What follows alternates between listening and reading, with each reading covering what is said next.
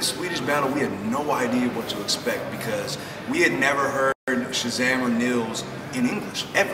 When we would try to like listen to their songs or like look up an interview or something. There's nothing in English. We had no idea what they rapped about, if they're aggressive, funny. We had no idea. We just had to write our shit and see what happened. And when we got there, they were hella good. We had low expectations, but these motherfuckers were good. Like Nils especially is one of the best freestylers I've ever come across in my life, man. I'd like to think that I've been around a lot of really impressive freestylers, and he's a beast, man. He's the Norwegian supernet, bro. Yeah, that's real talk. God Yeah. bless you if you had to battle him in his own language. Yeah, that's I can't even imagine how good he is because I talked to him a lot when we were in Australia together, and he talked to me about like how it was frustrating for him not being able to exactly convey what he wanted to in English because he's translating it in his head while he's thinking of the flip, you know? Yeah. And that is, I mean, being able to rebuttal quickly and on the spot is hard enough to begin with. Smart to be able to translate and compute it in another language as well, that's probably some of the language flips that he has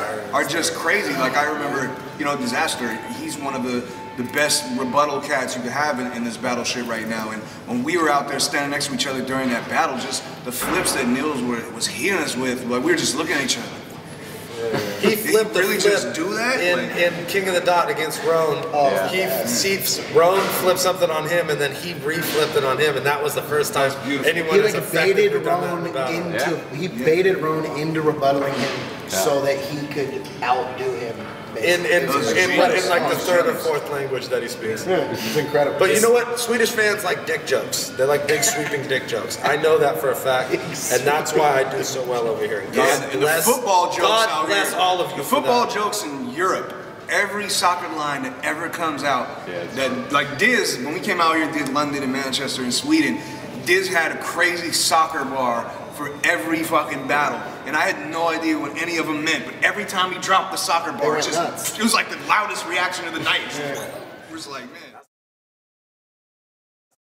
In our battle with Sweden, with me and Diz and Nils and Shazam, we had a wide array of random shit, you know what I mean? We had personals that worked, we had soccer jokes that worked, we had jokes that worked, like we had just rapping or rapping fast, double time shit that worked. They seem to be pretty Swedish humor is pretty self-deprecating, so they're not mad if you make fun of them too, you know what I mean? Canadians are the same way, and I can appreciate that, you know what I mean? I like to be responsive to everything. I like to play the asshole American, and that works out here, because they think that's funny, because they know that I know I'm being an asshole, you know what I mean? It's like there's a fine line of arrogance that you walk. At what level? They think that I know that I'm being an asshole. Oh, every time I battle overseas, because I expect the arrogant American jokes.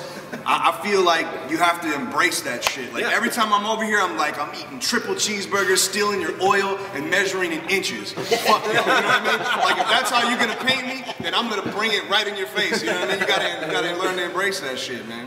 It's hard to you can't point to a few different things that an audience like the Swedish audience really digs, but you can try and find within your own performance what you think will work with that audience, you know what I mean? It's great for people like me and Okwerdz who have reference because we've come out here and done battles before, and definitely knowing that, having come out here and done a battle before, I have a much better perception of what the audience wants from me today. And I'm gonna try and do that. We'll see how right I am. But I know ultimately, just bring the dick jokes, you know what I mean? Just bring them. Just bring them in a big way, bro, in a big way. But yeah, they're very responsive out here to all different kinds of shit, personal jokes, fucking whatever you got. If it's good, they seem to like it, you know what I mean? So it's blessed to be in front of a good crowd that appreciates every part of it, you know what I mean? That isn't just, because there's some crowds where you'll have good bars, it'll be nothing, and you'll say some amazing personal thing about him and it won't work, and then you'll have a fucking joke about his beard and it was like, ah!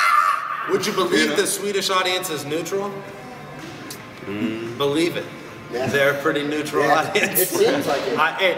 What do you think? That's okay. Come in. Yeah, he's Swedish. Well, I've done a couple of battles in Sweden, so I guess the crowd tend to be more drunk overseas. Which has two effects. They are louder, but maybe some of the clever stuff gets over people's heads when they're too drunk. So there's benefits and pros and cons with the intoxication. Another thing that's crazy about the Swedish audience that I totally forgot to mention, they get it all in all the YouTube comments if you watch the shit. Fucking, it's crazy that most crowds, you know, they get the they got the cheering, the yelling, fucking everything. And here it's the clapping. You get a good line, everyone's just like, that shit's crazy. Every time you drop the dope bar, the crowd turns around and everyone's just like that's not normal. Usually in every other band, like, now there you go. That's the one thing I forgot to mention. That's one thing different about Swedish crowds that I've never seen anywhere else. golf is the clapping. Clapping. I fuck with the clapping.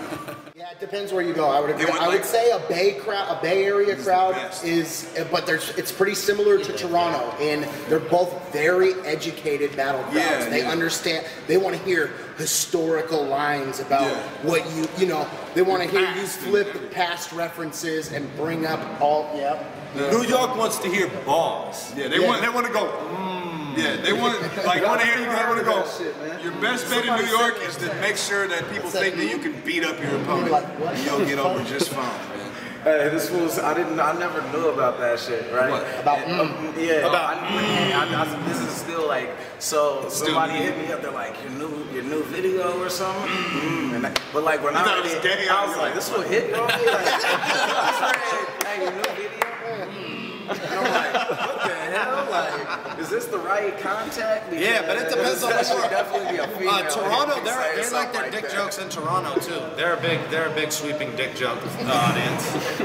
That's why they love me on the dick jokes. No, they don't get them out in Toronto. They go, yeah. They're like fucking can of Molson and shit. They're like, lift it up. I love them. I have to agree with the Bay crowd because honestly, like Pete said, they're fucking very educated crowd, but like they've been watching battles from every era. You know what I mean? They could name, like, if you make an obscure reference to like an old ass Scribble Jam battle or like an old ass Smack DVD thing, like they know all the references from all the eras, and it's really the dopest crowd you could battle from. A lot of people criticize me for saying, you know, the crowd's biased towards me or whatever, but like I don't know, I feel like my style just goes over really well with them. They really like the personals and you know. He likes himself a lot. Who are you telling?